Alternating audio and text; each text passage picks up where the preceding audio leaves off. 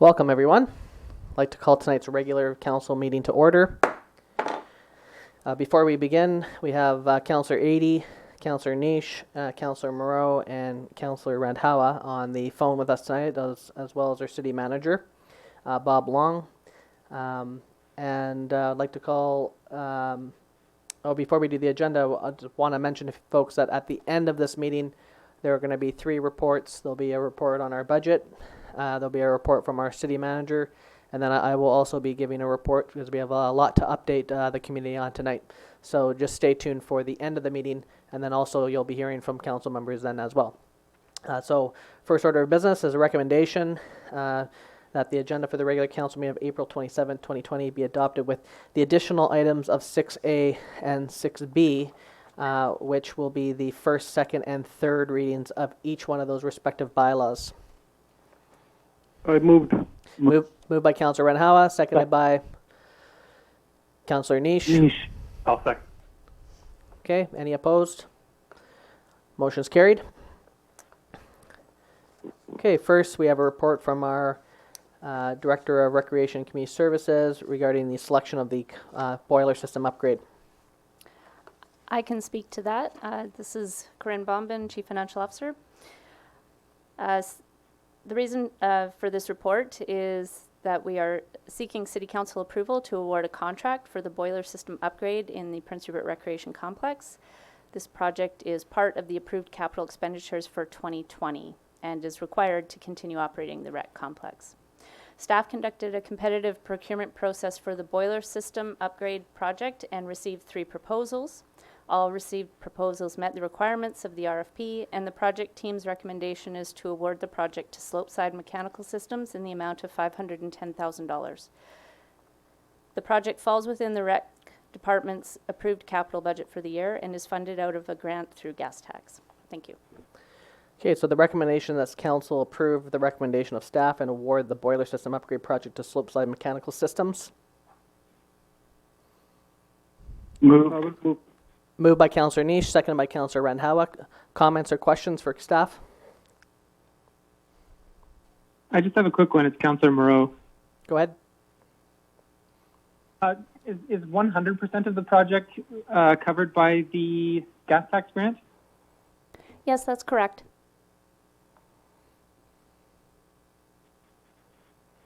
Any further questions?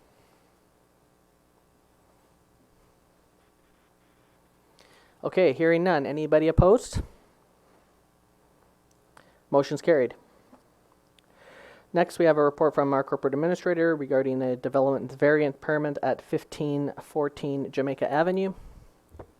Thank you, Mr. Mayor. I'm going to be recusing myself from this one. Okay, Councillor Niche is recusing himself from this one. Thank you, noted. On March 4th, an application was received for a development variance permit for the property located at 1514 Jamaica Avenue. The full application was included with the agenda as attachment 1. For context, the subject property is illustrated on the context map, is included with the agenda as attachment 2. The application is to vary the City of Prince Rupert zoning bylaw, section 5.2.4, front yard setback from the minimum 3.6 meters to 2.9 meters. The reason for the proposed variance is to replace and increase the size of the existing landing into a covered porch. The proposed variance was included with the agenda as attachment 3. There are no cost or budgetary impacts to the city in granting nor not granting this variance. And the request before council this evening is that council approve the development variance permit application number DP 2007 for 1514 Jamaica Avenue to proceed to public notification. Thank you. So the recommendation that council approves development variance permit application DP 2007 for 1514 Jamaica Avenue to proceed to public notification. I'll move that. Moved by Councillor Adey, seconded by Councillor Moreau or Randhawa? I heard. Randhawa. Okay, any questions? Okay, anybody opposed? Motion's carried. Okay, we can get Councillor Niche back on the phone here. We're just texting him now.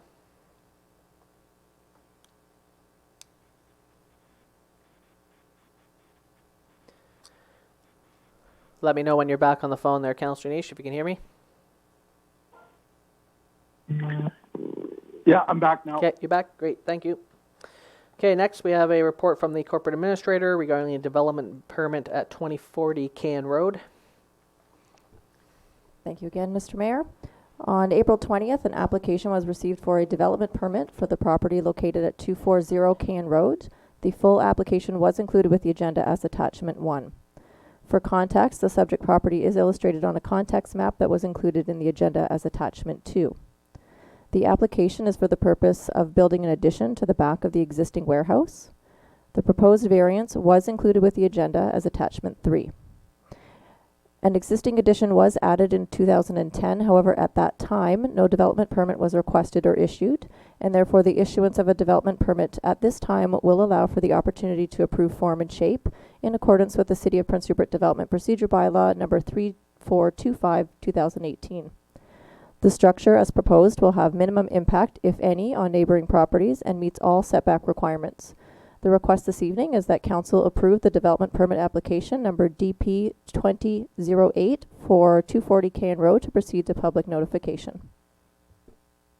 Thank you. Okay, recommendation. I'll move that one. Okay, moved by Councillor Nish, seconded by I move the second. Councillor Ranhawa. Any questions? Yeah, I just have a question about what happened in 2010. It says no development permit was requested or issued. Am I to understand that us proceeding with this request today is going to make all of that good? That is correct. Okay, thanks. Further questions?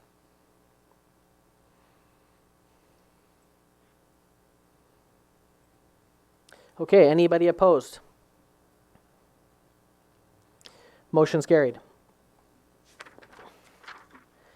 Next, we have a request, Child Find British Columbia, that we proclaim May as Missing Children's Month. So the recommendation is that Council proclaim May as Missing Children's Month as requested by the Child Find British Columbia. Barry Cunningham. Thanks for joining us, Councillor Cunningham. We're just on the item 5A, the proclamation of May as Missing Children's Month. So the recommendation is that Council proclaim May as Missing Children's Month as requested by Child Find British Columbia, and that Council proclaim May 25th, 2020 as Missing Children's Day as requested by Child Find British Columbia. So mover or seconder? I move. I'll Okay. move that. Okay, moved by Councillor Renhawa, seconded by Councillor Adey. Any discussion? Definitely a worthwhile initiative. Yeah. Okay, anybody opposed? Motion's carried. Okay, moving on to bylaws. In the amendment that we've made to these bylaws is that 6A will be first, second, third reading, and then 6B will be the adoption, and then similarly the other one as well will be 6C and D will be first, second, third reading, and then adoption as well. So we'll first start with our CFO, Corinne Bobman, will do a bit of a report on our city finances. Thank you, Mr. Mayor. So, following receiving BC Assessment's revised roll at the end of March, there were no significant changes to assessed values. So, but with the recent COVID pandemic, it's resulted in some department revenue reductions, and we have adjusted this particular bylaw and the budget for known revenue decreases. These revenue changes have been mostly offset by some staff reductions and vacancies, travel curtailments, and modifications to small service activities. The remainder is being offset through a dividend from legacy. We are fortunate that Council's foresight to create a municipal enterprise to diversify the use of city assets such as Watson Island are providing us the cushion needed during this global crisis. We expect we will need to revisit the budget through a budget amendment later in the year as more certainty is garnered. However, we have been able to keep the tax rate at a 0% increase, and so the 5-year financial plan bylaw has been prepared based on that previous projection. The associated tax rate bylaw reflects that 0% increase as well. Council is asked to introduce and give 3 readings to each of the 5-year financial plan bylaw number 3455, 2020, and the tax rate bylaw number 3456, 2020. Thank you. So if council wants to discuss first here, we can have a discussion about both bylaws before proceeding to resolutions. So are there any comments or questions from council?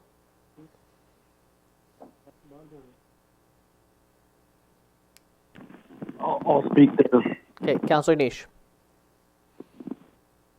I just wanted to say, obviously this is a unprecedented time for our city, and I'm just glad that we weren't put in this pandemic, 5 years ago when the finances were not in the order that they're in now. And I just want to, thank our staff for putting us in a position that, with their hard work over the last 5 years in Watson Island, to put us in a position where we are able to absorb a little bit of this and hopefully come through the back end of this pandemic and be in a good position and stay on track.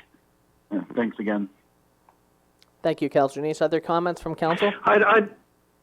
Councillor Cunningham. Yeah, it's Barry here. I just like to say that I sort of agree with what Wade just said, and this is by rejuvenating Watson Island like we did. It's been the savior. I know a lot of people have looked in corners and wondered why we had these closed meetings and everything, but they're all paying off now, and they're paying off in dividends that a lot of other towns can't say they have. I kudos to our staff for leading the way and helping us get through this. The mayor, council, and staff, I think, as in the last 5-6 years, this is something that we should all be proud of in Prince Rupert. Thank you, Councillor Cunningham. Other comments from council? Yeah. We'll do Councillor Renhowa, then Councillor 80. Thank you, Mr. Mayor. Yeah, again, I'd like to thank the staff for keeping a good job, and especially this time when other communities then increasing the property taxes by keeping same kind like last time, no increase. I think that's great for our community and no extra burden for anybody. So I'd like to thank again our staff. Thank you. Councillor 80. Yeah, I appreciate the fact that we are entering into a very challenging time from a position of strength, and I think credit needs to be given for that to staff. I do also, though, think that there's a lot of unknown out there, and the longer that this goes on, the more likely it is that we may find ourselves having to take a second look, and I appreciate that you've included the provision of having a second look at the budget down the road a little bit. And I don't think any of us can really successfully predict where that's going. So I hope we can maintain the flexibility to be adaptable when we need to. But I think we're in a pretty good position to start out. And I think that's good news. Thank you, Councillor 80. So on that note, Councillor Morrow, did you have anything to say? Yeah, I just wanted to kind of echo what Councillor 80 had just said there, and I definitely agree with the assessment that there's no doubt that we're going to need to proceed with an amendment later in the year. There's just too many unknowns at this point, but I do want to also commend staff for some of this quick adaptation, and the city has proven itself over the years to be quite resilient. We've weathered a number of storms before, but nothing ever quite like this one. So that's not to say that we're not going to be without our issues a few months down the road. And I think this is just a question for the CFO. She had mentioned some specific revenue challenges, particularly, obviously, the airport, the marina, the recreation center, and transit. I'm wondering if she might be able to give us a few more examples or just a few more specifics around some of the what I think we might call nice to haves, or some of those cost tightening measures that have allowed us to absorb these losses and maintain a 0% tax adjustment. Well, as mentioned, there was a couple of retirements and some movement of staff, so we're not replacing those vacancies. some of the nice to have, some of the small service reductions are certain things like maybe less beautification, maybe a bit of a reduction in maybe some of our mowing. But we need to keep evaluating throughout the year where we can actually continue to make those service reductions and determine as we go through whether those are appropriate in that given time. But as mentioned, presently, we're able to use legacy to offset what we've been able to predict so far. If we don't have to use legacy at all, because we've been able to reduce some more items and service provision and find some cost savings throughout the year as we go. We've provided that direction to staff, and they will keep us informed, and we will be able to account for those types of reductions during the year. So in light of the uncertainty, presently, the things that we're aware of, we've been able to account for. And obviously, we don't have quite as many need for things like some casuals maybe, and so we've adjusted for that. So, but we are keeping everyone staffed as we can, because most of the municipality is considered an essential service. So we've adjusted where we can, offset some of the revenue reductions as known, and the amendment will be coming as more certainty is provided throughout the year. Any further comments?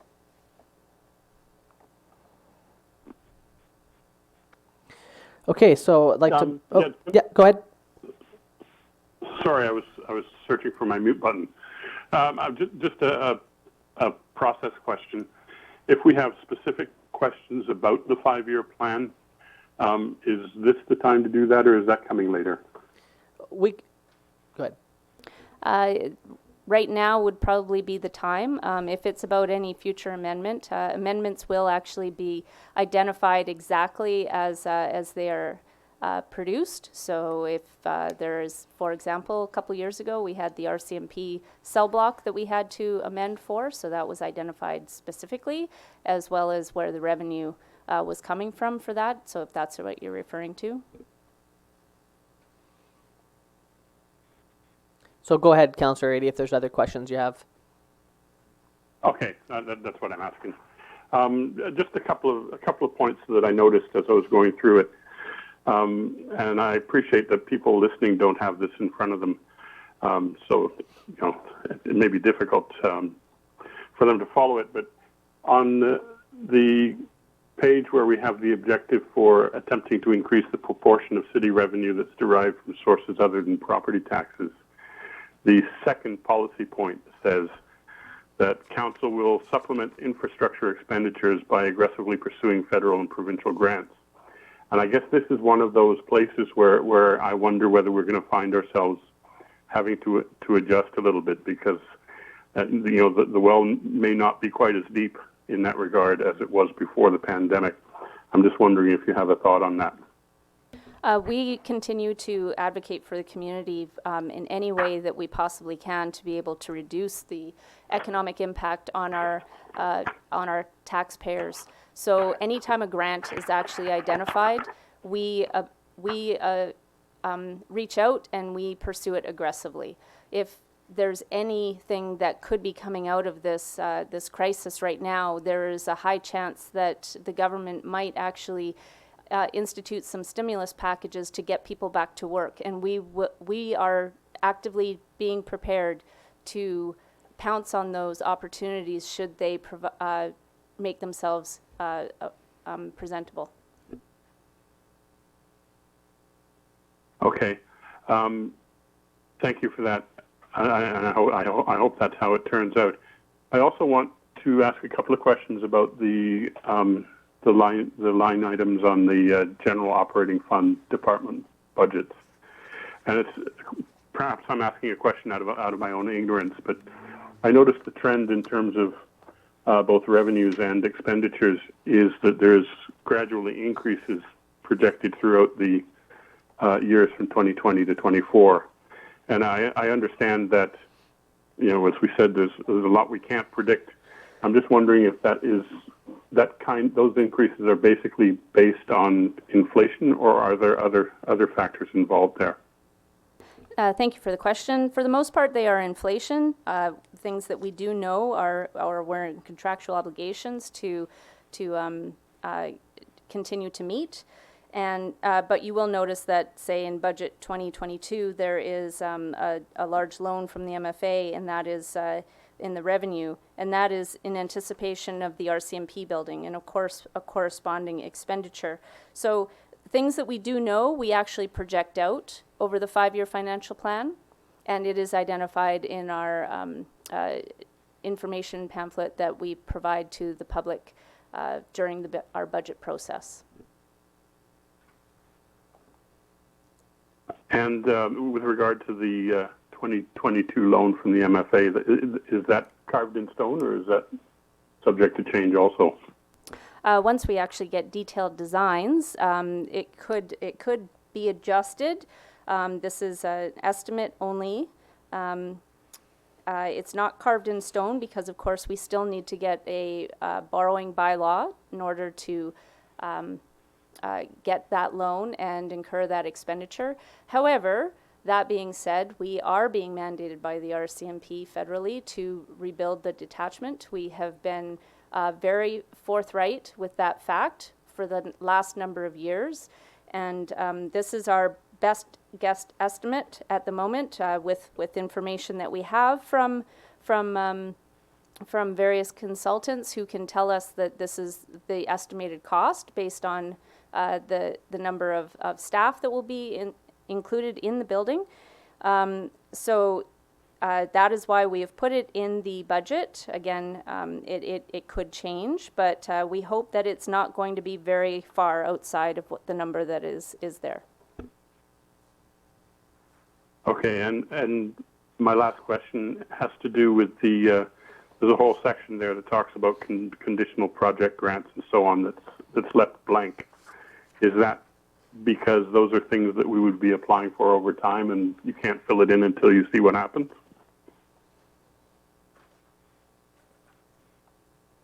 That's exactly correct, yes. Okay, thank you. Thanks, Councillor Eadie. Is there other questions or comments from Council?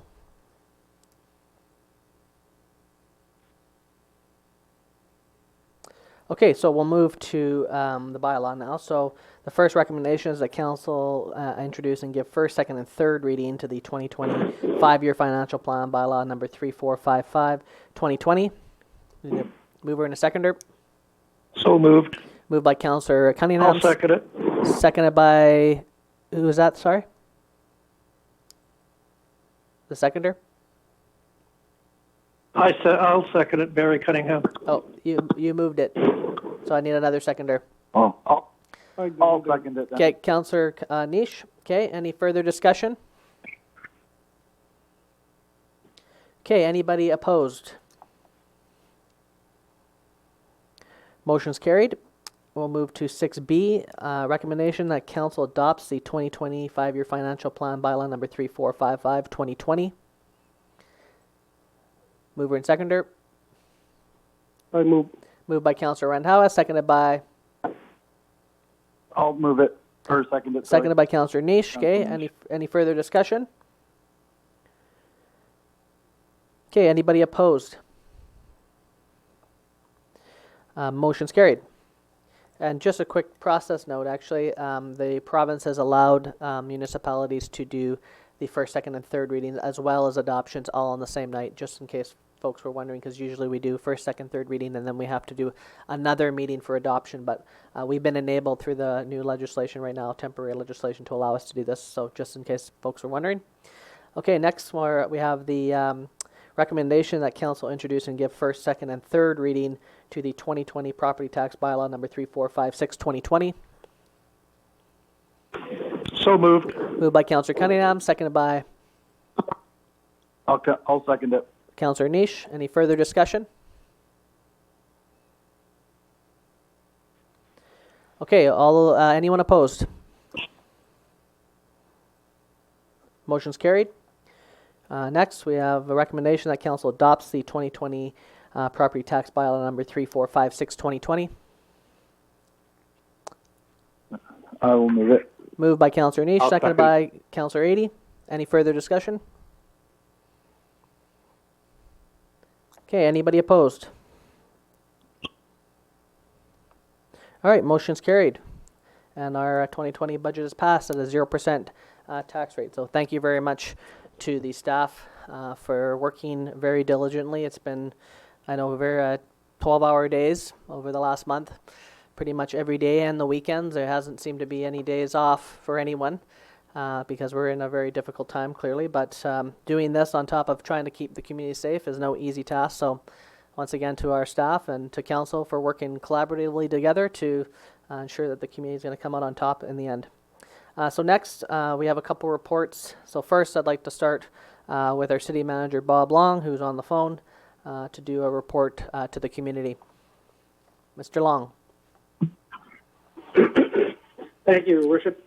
Yeah, I just had some notes that I think was important to sort of lay out what we as the staff or council have been doing for the last month or so as we've been trying to manage the pandemic. So, I mean, these are difficult and chaotic times. Local governments are the closest to the people, and therefore I think we've had a pretty good perspective on what a city should do in an emergency. And in that case, we focused first on delivering essential services safely, and then working to understand the rapidly changing circumstance and what was our best strategy moving forward. We did, some of it was a little difficult in that we declared an emergency and the province canceled our state of emergency, and they focused on dealing with the emergency while we went back to sort of controlling what our essential services were and working towards our business continuity, which I think started out sending a lot of people home, and then slowly we've been moving people back into the workplace when it was safe to do so, and minimizing the staff that were actually doing that in terms of the essential services mandate. In the last week or so, operations have now focused, even though they're focused on essential services, sewer and water, and as some will know, we had a big water break on the weekend. But some of the maintenance issues that we think we can do safely now, such as pothole patching, which we've been doing. But there is a recognition that we'll be minimizing our mowing and gardening at this point. We're not going to be the community we have been in the past, and we won't be as pretty and as capable a community in terms of that as we have been in the past. Certain municipal services are essential, but have lost the revenue streams. As mentioned earlier, the ferry workers will still have to operate a ferry to keep the airport going, but at the same time, we've lost a major part of all of our revenues, and as Corinne has rightfully pointed out, she has a really good strategy, which we're now implementing to make sure that we can continue to be financially viable. Our biggest focus was making the workplace safe. And as the pandemic evolved, we found ways of bringing these workers into a productive and safe workplace. And so that's what we're doing slowly. We brought some of our office staff back in to do things like filing, which we like to think happens all the time, but usually it's a low priority in our hectic pace. And as a result of that, there's lots of filing that we could do, so we've done that. This has also allowed us to sort of move towards seeing the world in a little different way. And I want to thank our staff for keeping the city safe and functional. As one of the examples, there were departments that were mandated by the provincial order to close, such as recreation. In that department, we have rescheduled our building and equipment maintenance, which brought back some of the staff, so we drained the pool, etc. And to their credit, the excess staff capacity that was still there in recreation, they took it upon themselves to start sewing community masks, and they've now produced over 400 community masks. This was an initiative that I think, sort of speaks to the spirit of our staff and the desire for them to help and make our community safer. And I want to thank council and the staff for supporting this kind of community creativity in a moment of emergency. Clearly, what they say in terms of chaos and complexity, when you find yourself in those circumstances from a management point of view, as managers, we should look for the opportunities for people to be creative when they're solving some of the bigger problems. And this was a perfect example of initiative on the part of our staff to do things that were going to be good for the community. And I thank them for that. That was a combination. One of the staff from City Hall was also involved and has been working with the Recreation Department and the staff there. So that's just really one of those things that I think the community should understand, that we're in this to try and help the community and make it nice as we can, and make it as safe as we can, and still be as productive as possible. So you've understood now, because of what our CFO has said, that it looks like we're in a pretty good position because of legacy to be able to weather this difficulty.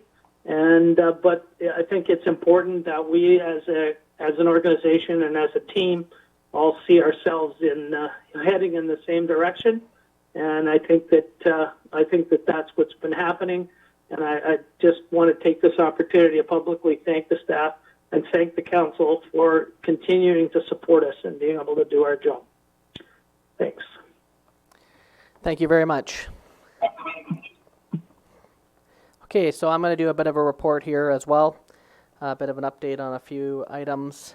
Thank you, Mr. Long, for that update. I think that's very good work the staff's been doing. So I'll do my mayor's report now from council meeting. I just want to say first, I know it's been a tough time for everybody, and particularly our frontline workers, grocery store staff, the staff of the city, everyone who's having to work every day diligently to keep the world moving. And at the city here, our priority has been, number one priority has been to keep the community safe. It's been many 12-hour days over the last month, weekends, weekdays. Doesn't seem that there has been much days off for many folks. And we've been working regionally as well with all the First Nations in the region on Haida Gwaii, Central Coast, as well as Lackawanna, Metlakatla, and Kikala here, and as well as everyone else. And we've been doing regional calls, just had one last night as well, and staying connected and making sure that our emergency efforts are staying connected and organized throughout the region. But now we're at the point where we're starting to focus on the recovery of the community, and no one can know for sure how long we're going to be in the situation for. We know that there potentially is another wave in the fall coming, but in the meantime, back in 2015, council and the staff had the foresight to start looking at Watson Island as an opportunity for the community to start generating revenue. And at that time, we had the old mill on there, and it was costing us $90,000 a month. And we went and diligently got through legal challenges and got the mill torn down and worked with our partner Pembina to start developing the site. And now we're collecting lease revenue through Pembina, who are still moving forward with their project on Watson Island, as well as working to attract other proponents on Watson Island, because we knew that relying solely on property taxes alone to fund the municipality wasn't going to be a long-term solution, and there's many gaps and barriers to property taxes for sole funding. And so now we were able to diversify our revenue, and now we're seeing through this pandemic that is coming back to support the community, because on one hand we've had revenue losses, and on the other hand we've also seen some cost savings, but also now we're able to get some support in from Watson Island to support our city's budget. So we're still able to move forward and council just passed the 0% taxes for this year so that we can support our local businesses, we can support our residents, because last year we also lowered taxes by 2%, which means that most residents in this community will be paying less tax compared to what they were 2 years ago. And I think that's a really good news story for Prince Rupert, because not every community gets to say that right now. But we do know that we will be looking at the budget again later this year, because nothing is certain. But for now, we're able to move forward with supporting the community financially at a 0% rate, and it's still able to move forward with things on our budget. For example, our roads budget is going to increase to over $1 million now. It's been doubled from $400,000, which it was been like that since 1998, and we're finally able to allocate to some of those core problems that we know the community's been wanting to see. So, this is definitely the year of paving. We're still moving forward with our infrastructure, putting money away for the RCMP building replacement. We're putting money away for the landfill replacement, as well as the Phase 2 and Phase 3 for the Waterworks project, being able to make sure we're moving forward with some of the key multi-million-dollar infrastructure projects for this community. In terms of the Redesign Rupert initiative, many of those projects that we announced at the Redesign event are still moving forward. There's still the finances confirmed for the redesigning of the Rupert's Landing, the Quinitza Waterfront Station, the 30+ million that we're working with Kitkala and the province on. That project is still moving forward. I know that the Prince Rupert Port Authority, although maybe delayed a little bit, will still be moving forward with their Seal Cove redevelopment project. The whole strategy here has been to move Rupert forward into becoming what we know can be a community that supports everybody, as well as port workers, as well as our vulnerable residents, and the key fundamental piece to that is housing. And so we have a few housing projects coming, as well as projects that are still moving forward, like the Drake Crescent project, the 60 units from Lackwell Lambs project, which the city donated the property to. That project still will be moving forward, which we announced at the redesign event. And so there are some things that are happening there. What we were going to do this year was a big recruitment and retention campaign with the port companies and the operators and businesses in the town to start recruiting people to Prince Rupert and start helping people move here. But you can't bring people to Prince Rupert unless we have housing for people. So the biggest priority we have right now is affordable housing, affordable housing, affordable housing, market housing, all kinds of housing. We need to drastically increase the amount of housing that we have in this community to be able to not only attract new workers here, but also to be able to provide new units for local residents that need affordable units to live in. And so that's all part of our redesign strategy that's still moving forward. Part of the downtown piece on the redesign is that we need the landfill to expand so that some of the buildings in the downtown can start to come down. Right now, as everyone knows, our landfill is filling up, is almost full, and part of that expansion of the landfill will allow buildings to start coming down, and then we're going to really be able to start redeveloping the downtown. There's a queue of a few that definitely want to see it happen, and we have the new designs that everyone has seen through the redesign process, and we're still moving forward from that. The biggest underpinning to all of this is the official community plan. And so the official community plan, which we're doing this year, re-updating all of our bylaws, all of our rules, all of our incentives, everything that will enable that vision to come to life. This weekend, actually, we were supposed to be in a 3 to 4 day public engagement process with the entire community helping us really develop these rules, but we've had to put a delay, obviously, because of the pandemic. So there'll be some delay in terms of us being able to approve our official community plan, but ultimately that is where we want the community to engage with us on. There'll be many workshops, many public engagements, surveys, things like that for you to really work with us so that we can develop and co-develop a vision. But what I'm trying to say here is that most of the things that we have set out to do are still moving forward, although they will be delayed a little while. And in fact, when we do the recruitment and retention campaign, which will be marketing across Canada for people to move here, it gives us some time to still start getting some new units online and start getting some of these improvements to the beautification of the community to move forward. And so those things are all still moving forward. And I'm excited that the community is going to be able to weather this pandemic as best as we possibly can.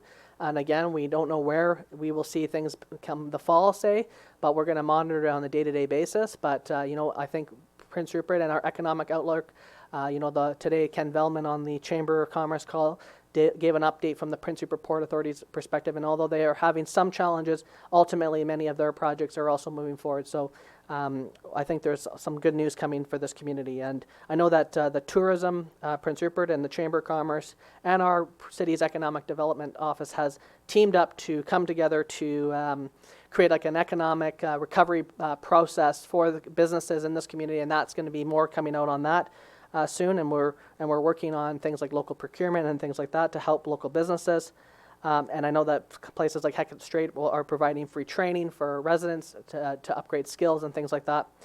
So all in all, I think we're getting to a place where we're able to start balancing the issues that we have through the pandemic, but also that we're going to be able to keep on track with some of our initiatives like housing and our infrastructure and redeveloping Watson Island and those type of things. So that's a quick update from where we're at right now at the city's perspective, and we'll have more as we know more. But for now, I'm feeling cautiously optimistic about the future, and cautiously optimistic that we're going to make it through here in a way that doesn't mean that we have to cut services to this community or raise taxes on residents, and we'll be able to support everybody as best as we can. So thank you. Okay, so now what I want to do is I want to open it up to council members for comments or reports. It's been a little while since we've gotten together, so I thought I would open it up to council. So anyone who would like to start? Can I say something? Yeah, Councillor Renhowa. Yeah. Thanks, Mr. Mayor, for your update. Well said.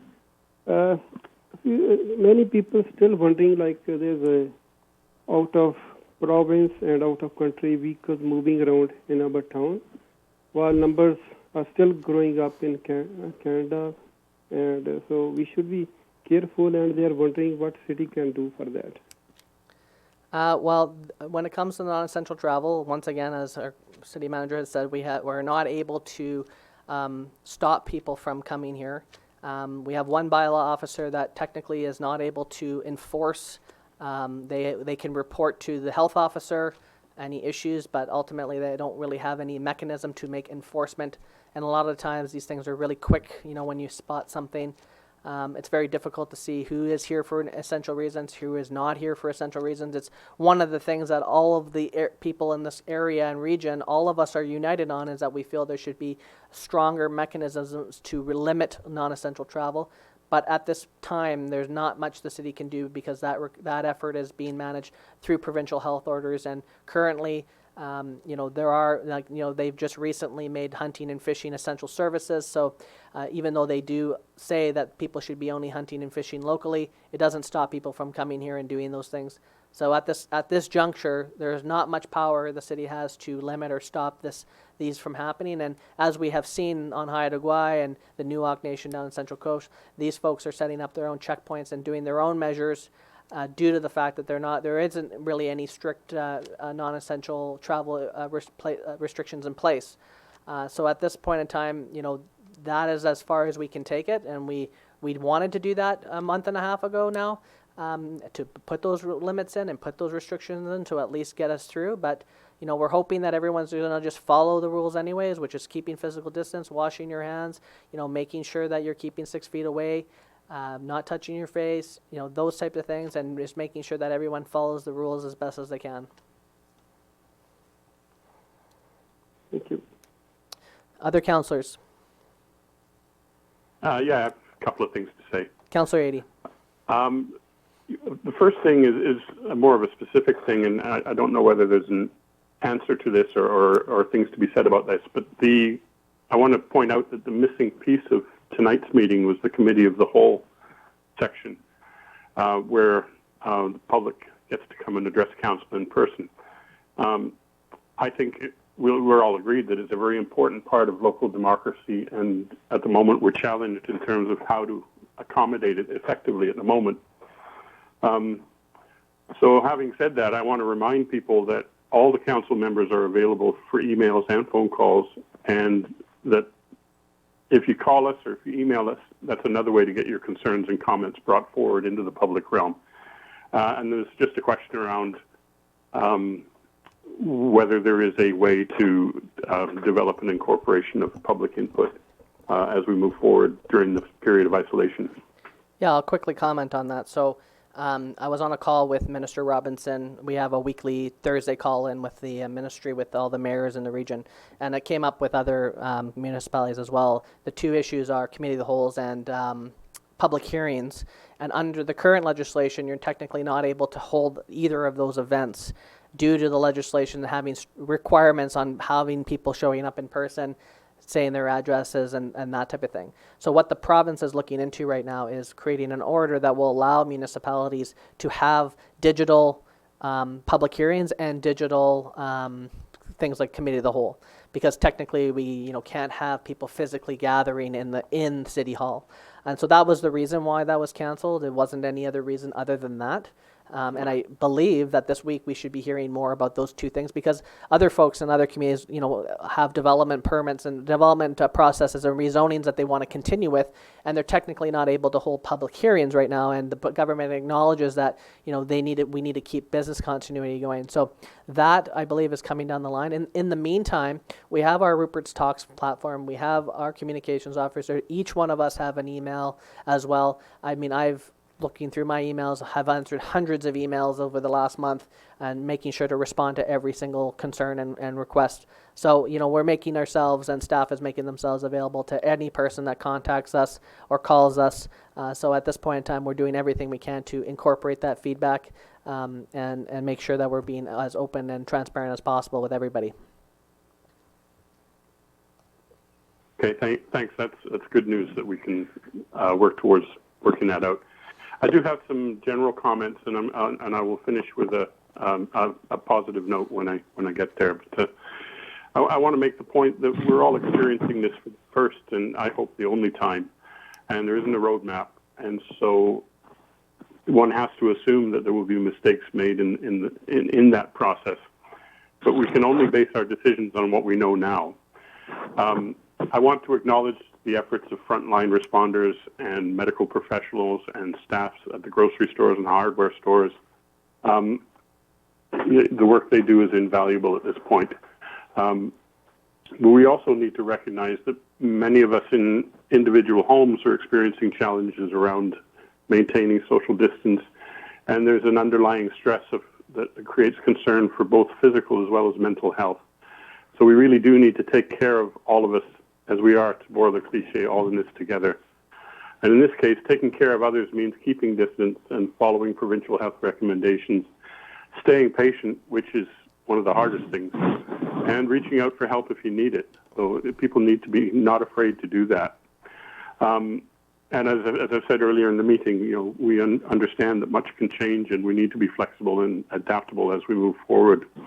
I was, though, encouraged by the recent article in the Globe and Mail that the port development initiatives are more or less still on track, and this was reinforced by Mr. Veltman's contribution to the meeting we attended today. And I think it confirms, and this is his thought, that we have a degree of resilience here, which is going to work very much in our favor. I also think that it's important to recognize that all three levels of government, federal, provincial, and municipal, have a role to play, and everybody is working in the same direction. We're trying to manage this situation as best we can. And to the best degree possible, we need to do that with cooperation and communication. But I do want to make the point, and I think this reinforces what the mayor's just said, is I do think there needs to be attention to the discretionary ability of the local governments to make independent decisions which reflects the local knowledge that every community has about their unique circumstances. We're not in the same circumstances as urban municipalities in larger cities. And that means we have opportunities which reflect our geography as well as our economy. And I think we need to maintain an awareness of that. But I think that cooperation between levels of government is really important. And I think there's really good people operating at all three levels. And I'll finish with a shout out to a group of students that are creating Facebook posts under the banner of Rainmakers Now. They're local high school students. They're doing half-an-hour episodes, video episodes. They're up to 39 episodes and counting, the last time I looked. They're doing some fun things, story readings and fun activities, but they're also doing some serious interviews with community members and students in other communities about how people are experiencing this pandemic. I think it's an absolutely awesome example of making the most of an unusual situation. So I really, really want to commend them for that. And anybody who hasn't seen it can find them on Facebook by searching for Rainmakers Now. And with that, I'll stop. That's great, Councillor Ady. Thank you very much. Other councillors? Okay, it's Barry here, Cunningham. With that said about all three levels of government, that's fine and dandy, but Prince Rupert, Haida Gwaii, and our villages are really unique communities, and I don't think the senior levels of government have taken that into consideration. You know, I'm sorry to, you know, we've got to cooperate, but at the same time, cooperation is listening to your local governments. And sometimes I don't think we're being listened to. You know, like when the whole North and Central Coast is crying out about visitors coming in, you know, fishing being an essential service and things like that. Commercial fishing, yes.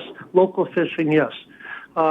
You know, when you've got people traveling from areas of high numbers to low numbers, it worries me. And I don't think the senior governments have been listening to the smaller communities about this. But that said, you know, whether it works out or not, I don't know. We'll find out. But you had mentioned earlier, and I've heard this said before, that our one bylaw officer, I thought we had two. One's on... Yeah, we have two, but one, I believe, was away for a little while or something. That is correct. We Okay, had one person on vacation. that's understandable. Yeah. And, you know, what I want to say to the public is it sort of reiterates what you've already said, but, you know, we've got 6 councillors and the mayor, and the mayor's pretty busy with a lot of other stuff. The public should be engaging those councillors. If you have questions, text us. You know, if we can't answer them, we'll find an answer for you. But, you know, I find that, you know, people are always talking about transparency and everything else, but they only seem to get engaged in public politics around an election time, and then they just sort of fade away. And, you know, if people, you know, we've got the OCP meetings coming up eventually and things like that. I would love to see our community, as it's come together with this pandemic and helped everyone out. I'd love to see our community come together now and get involved in making our community what we want it to be. You know, like we keep getting little pokes here and there, but, you know, then you have a meeting and hardly anyone comes out. You know, we've got a great little city. It's very resilient. I've lived here for quite a while. My wife was born here, and there's a lot of people that really care about the city, but they've got to come out and let their voices be heard. There's, you know, there's only so many of us on council and only so many ideas. And if other people have other ideas about what our city should be, I'd love to hear them. You know, like, I think it's important that we hear from the people in Prince Rupert about what they think our city should be. Otherwise, we're going to create a situation where, again, we're going to say, well, it should be this or it should be that, and somebody is going to come up and say, oh, no, that's all wrong. Well, come out to those meetings and tell us it's wrong in the beginning so we can get your ideas and put them together and come up with a plan for a city that everyone's going to love and live in. Thank you. Great points, Councillor Cunningham. Other councillors? Yeah, I just want to say something, Lee. Okay, Councillor Niche. So I just wanted to, you know, commend the businesses that have stayed open during this time and how they've adapted to make people, you know, to make their services still available. Obviously, me being a contractor, the one business that I see the most of is Rona, and you know they've done a great job of basically putting things in place so that people are still able to go to those stores and get the things they need to, you know, repair their homes or, you know, now they're setting up their garden center, so it's allowing people to garden, because that seems to be a really popular thing now. I see the Rupert Garden Center and how they've adapted, even though they've maybe changed their plans with their building and having their little cafe there. Now they've really had to change to doing more online stuff for now. And I just want to commend all the businesses that have really adapted and changed to make these services still available, because they are important. And those people working in those stores, I guess they're putting themselves at risk in some ways, but the stores are doing their part to make sure that risk is minimized, by putting barriers and I guess you call them like spit guards, so that the cashiers are not in direct face to face with customers. And I think that all the stores that have stayed open and restaurants, and they've done a great job of adapting to this crazy time that we're dealing with. And once again, thanks for being there for us. Thank you, Councillor Nish. Councillor Moreau, do you want to say anything? I would, yeah, thanks. I know I've developed a bit of a reputation for being a process nerd, reading procedures and stuff over the weekend, and I'm sorry that I'm going to have to live up to that reputation. We missed item 3A on the agenda. I don't think we adopted the minutes. Did we not adopt the minutes? Oh, okay. I must have jumped right over those. So I think we can quickly go back and motion to adopt the minutes. I'll move. Moved by Councillor Ady, seconded by I'll second it. Councillor Nish. Okay, any comments? All right, anyone opposed? Motion's carried. Thank you for catching that, Councillor Moreau. I had many thoughts going in my mind at the time, most likely, so thanks for catching that. Do you have any other comments, though? Happy to do that. Yeah, if I could just end off by saying I just want to echo Councillor Nish's concerns, commendations to a lot of local businesses who have had to adapt on the fly here. And I think the philosophy of emergency management at this point is really to just be fast, to adapt as quickly as you can, and to really have no regrets. And I think that I hope we can all in good conscience say that we've done that here at the city, that we can look at the actions that we're taking. We're responding as we can, and we're not leaving anything necessarily on the table, and trying to make decisions in real time. I think it was the chairperson of the World Health Organization that said striving for perfection at this time is actually the enemy. We need to be able to be nimble and flexible. And particularly our businesses in town. That's one thing I would like to give them a shout out. They've been able to turn on a dime here and change their plans and make sure that they can stay open. And as well, just the community at large, residents putting up rainbows and hearts in their window, really living up to the reputation or the moniker of the City of Rainbows. It's just so heartening to see. And I would give a shout out as well to the Facebook page of City of Rainbows and Hearts. If anyone's looking for a place to ease some anxiety, to see some good news, brighten their day, that's the place to go. Thank you, Councillor Moreau. Okay, so I think I would. We have our regularly scheduled council meeting from 2 weeks from now.